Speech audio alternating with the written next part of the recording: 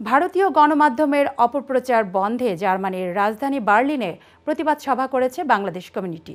বিস্তারিত জানাচ্ছেন আমাদের জার্মান প্রতিনিধি মোহাম্মদ আলামিন।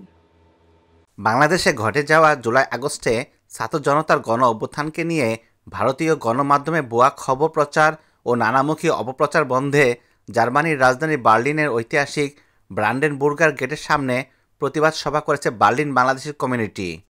রোববার 15 ডিসেম্বর স্থানীয় সময় দুপুরে প্রতিবাদ সভায় সর্বস্তরের প্রবাসীরা দেশের পতাকা ও ভারত বিরোধী পোস্টার ও প্ল্যাকার্ড হাতে স্লোগান দিতে থাকে। এ সময় প্রতিবাদ সভায় অংশ নেওয়া বেশ কয়েকজন প্রবাসী বলেন, 5 আগস্ট হাসিনা সরকার পতনের পর ভারতের গণমাধ্যমে বাংলাদেশের বিরুদ্ধে নানামুখী ষড়যন্ত্র প্রপাগান্ডা চালাচ্ছে, যা অত্যন্ত নিন্দনীয়।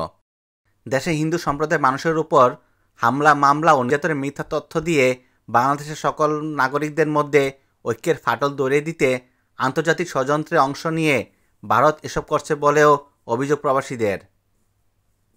বক্তারা আরও বলেন, ভারত কোনোভাবে বাংলাদেশের উন্নয়ন ও অগ্রগতি চায় না।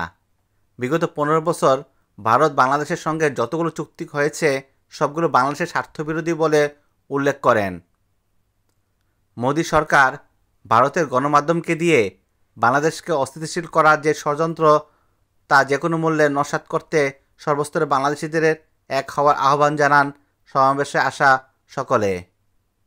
একই সাথে আগরতলায় বাংলাদেশের উপ হাইকমিশনে ভারতের উগ্রবাদী জনগণ হামলা ও ভাঙচুর করেছে, তা সুস্পষ্ট বিচার না হলে প্রতিবাদ আরও জোরদার করা ঘোষণা আয়োজকদের।